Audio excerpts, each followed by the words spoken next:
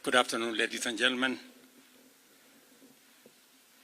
Fellow Kenyans, the last 2 weeks have been a difficult time for us as a country, where Kenyans have regrettably lost lives, many have been injured, property destroyed, and our institutions, especially constitutional institutions, attacked. Once again, I extend my deepest condolences to those who unfortunately lost their lives. One life, as we all know, lost is a life too many. To the mothers, fathers, siblings, relatives, and friends of those who lost their lives, my deepest sympathies and condolences to you all. Equally, to the many others who are injured and recuperating, I wish them quick recovery. The government of Kenya will support all those who've lost their lives and those who've been injured. Despite all this, as a nation, we are finally discussing issues. We are not discussing tribes, personalities, or political formations, but rather we are discussing issues that affect each and every one of us. Issues of taxation, debt, budget, corruption, the cost of living, unemployment, and opportunities for all Kenyans, especially our young people. If you go back on my Twitter account, I made a commitment to the country in 2019, 2020, that the conversation in Kenya is going to change. It is not going to be about personalities. It is not going to be about positions. It is not going to be about tribes. It is going to be about issues. Today, that situation is true, that we are having a conversation about issues in our country. We must all be proud of ourselves that we have managed to elevate the debate in our country to the level of issues that affect all of us. I am very happy that we are having a conversation about jobs for our young people, about opportunities for business, about manufacturing, about taxation, about debt, and all the other things that are important to all of us. I make this statement to highlight the actions taken in response to the overwhelming public feedback in the recent days, and to fulfill my commitment to continuously and effectively listen to the people of Kenya, and to underscore my intention to always take public contributions in good faith, applying them to enrich policy making, governance, and government programs. Public debt is and continues to be a major point of engagement and conversation in Kenya. I have today appointed an independent task force to carry out a comprehensive forensic audit of our public debt and report to us in the next 3 months. This audit will provide the people of Kenya with clarity on the extent and nature of our debt, how public resources have been expended, and will also recommend proposals for managing our public debt in a manner that is sustainable and does not burden future generations. The consequence of withdrawing the finance bill is the reduction of our revenue targets by 346 billion. Over the last few days, our Treasury team has been assessing the adverse impact of either reducing the budget by 346 billion in full or borrowing the 346 billion in full. And cutting the entire amount in our assessment would significantly and drastically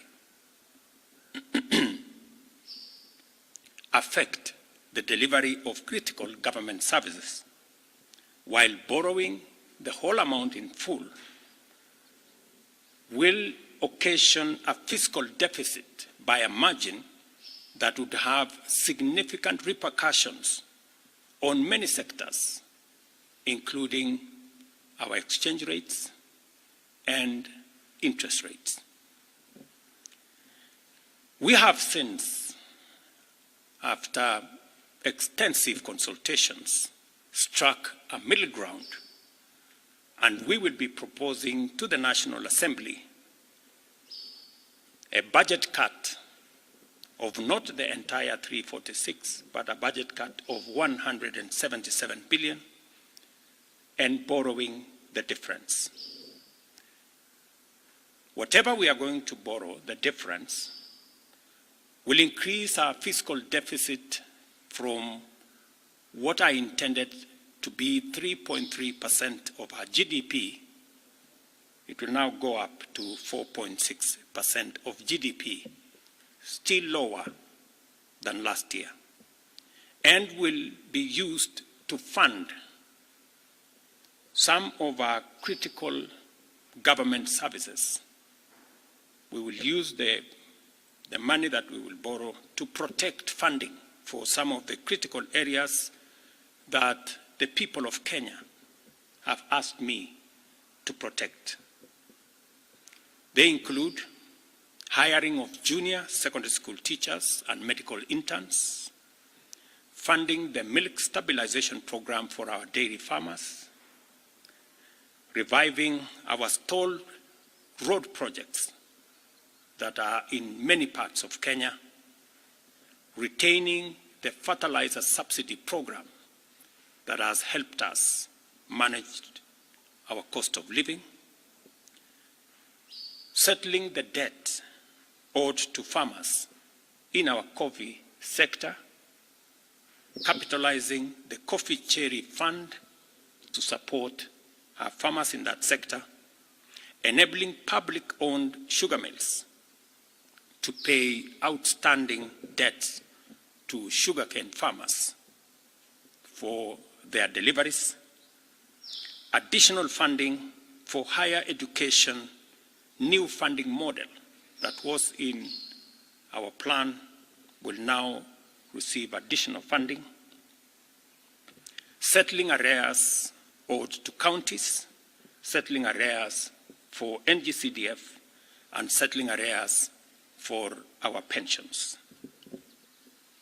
Accordingly, in keeping with the enhanced austerity measures we have committed to implement and align government expenditures within the budgetary implications of the withdrawal of the Finance Bill 2024, the following actions shall be taken with immediate effect towards the realization of the new budget.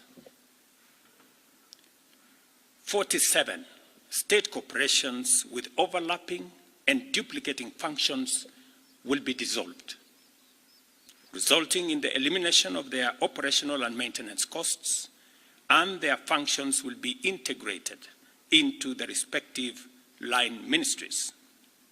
Staff currently employed by the affected corporations will be transferred to ministries and other state agencies within government. The decision to fill the position of Chief Administrative Secretaries is hereby suspended. The number of advisors in government shall be reduced by 50% within the public service with immediate effect. Budget lines providing for the operations of the Office of the First Lady, the spouse of the Deputy President, and the Prime Cabinet Secretary will be removed. Similarly, the budget provisions for confidential budgets in various executive offices, including my own office, have been removed, and the budget for renovations across government reduced by 50%. Henceforth, public servants who attain the retirement age of 60 shall be required to immediately proceed on retirement with no extensions to their tenure of service whatsoever. The purchase of new motor vehicles by the government is suspended for 12 months, except for security agencies, while a new policy on transport for public officers will be developed. All non-essential travel by state and public officers is hereby suspended.